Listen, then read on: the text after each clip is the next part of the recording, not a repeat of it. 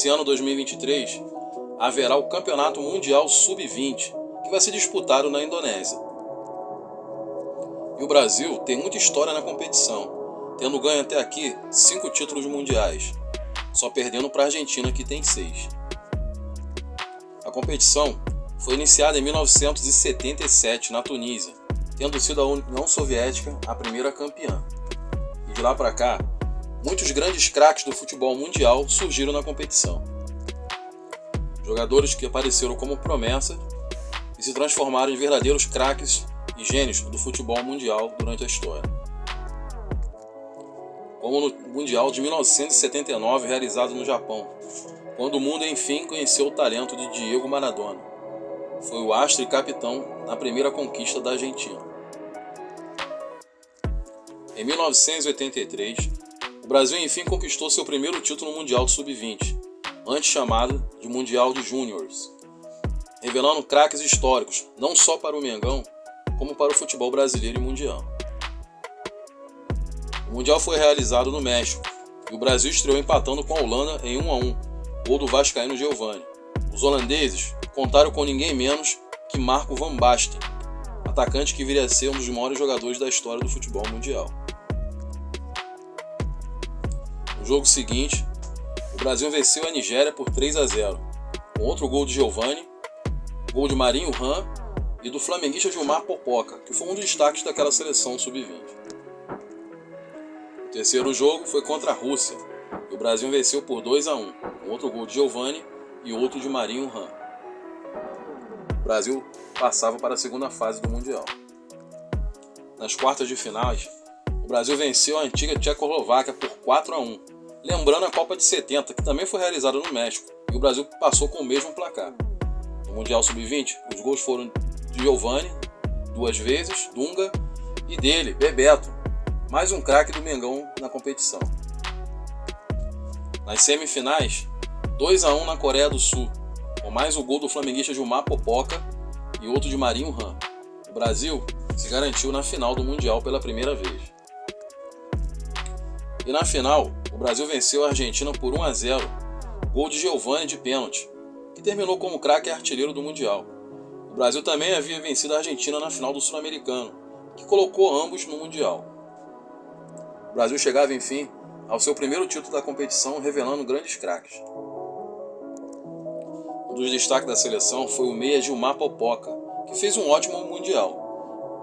No ano seguinte, ele seria o cérebro da seleção brasileira nos Jogos Olímpicos de Los Angeles, nos Estados Unidos, voltando com a medalha de prata. Exímio cobrador de faltas, ficou no Fla até 1987, tendo sido campeão brasileiro em 83, carioca em 1986. Assim como o Bebeto, ele fez parte daquele título brasileiro de 83, o último de Zico, antes de transferir para a Itália. O atacante baiano Bebeto, que aos 19 anos havia acabado de ajudar o Flamengo na conquista do título brasileiro, no último título de Zico antes da transferência para a Itália. Bebeto foi convocado e participou do Mundial Sub-20, sendo um dos destaques da campanha. Bebeto se tornou um dos 10 maiores artilheiros da história do Mengão, fazendo mais de 140 gols pelo clube. Foi campeão brasileiro em 87, 83 e do Carioca em 86. Participou do tetracampeonato mundial nos Estados Unidos em 1994, sendo na época um dos melhores atacantes do mundo. Outro destaque do Mengão no título mundial foi o goleiro Hugo, que foi um dos melhores jogadores da final. Hugo fez parte do elenco do Flamengo dos anos 80, junto com grandes craques daquela geração. Hugo conquistou o Brasileiro de 83, o Carioca de 86 e o Brasileiro de 87, antes de se transferir para Portugal. Hugo, inclusive, deu um alô aqui para o canal. Fala aí, Hugo.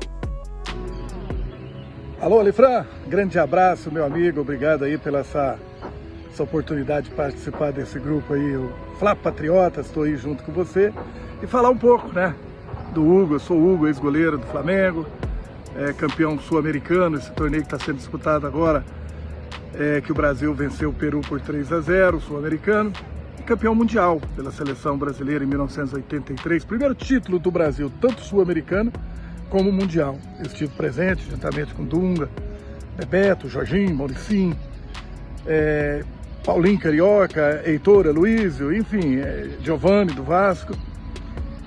E nessa época, em 83, Elifran, nós tínhamos muitos jogadores do Flamengo. Era eu, o Heitor, o Guto, o falecido Guto, grande zagueiro, o Adalberto, o Gilmar, enfim, era o Flamengo, né, na seleção brasileira, campeão mundial. Então, essa é a história do Hugo. Hoje o Hugo mora em Goiânia, eu sou comentarista esportivo, né, de rádio e televisão, sou bacharel em Direito, e sempre aí na torcida pelo Mengão e participando do grupo, né, os Patriotas. Obrigado, Hugo. Sucesso sempre.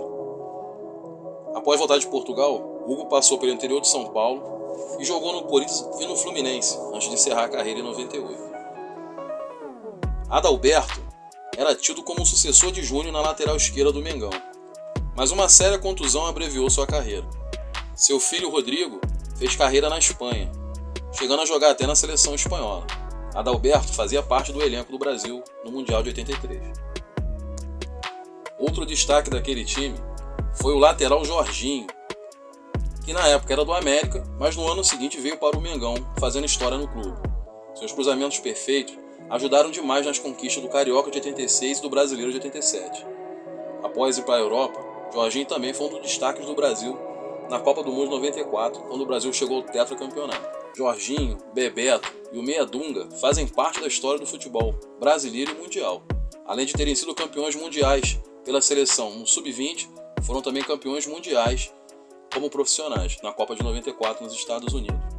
E foram grandes jogadores que fizeram carreira internacional.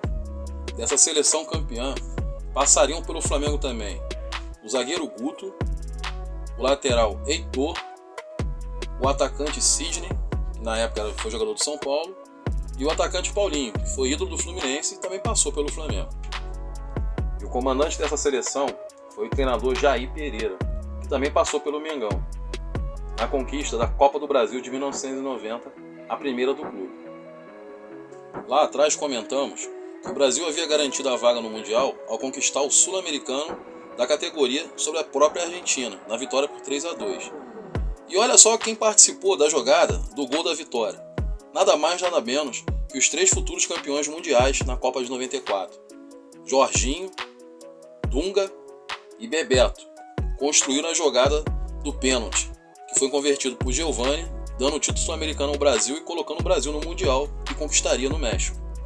E interessante, foi a famosa Catimba Argentina, título conquistado sobre a Argentina com a velha rivalidade contra os hermanos. O Brasil ganharia o título mais 4 vezes, totalizando 5 títulos mundiais.